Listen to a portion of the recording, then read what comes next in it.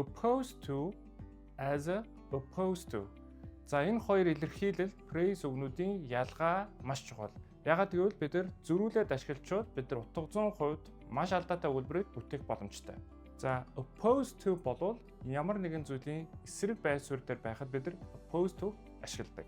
Жишээ нь many parents are opposed to raising tuition fees. As opposed to болвол хоёр зүйлийг харьцуулж гаргаж ирэхэд бид нар ашигладаг. За жишээ нь we hired 2 teachers in May as opposed to just one last year. За дахин нэг жишээ we chose the tea as opposed to coffee. За тэгэхээр хоёр зүйлийг бид нар харьцуулж гаргаж ирэхэд as opposed to ашиглаж байна. Харин opposed to дангаараа болвол ямар нэгэн зүйлийн эсрэг байр суурьтай санал нийлэхгүй бид нар ашигладаг. За 2025 оны 6 сарын 9-нд манай Pre-IELTS ангийн хичээл эхлэх гэж байна.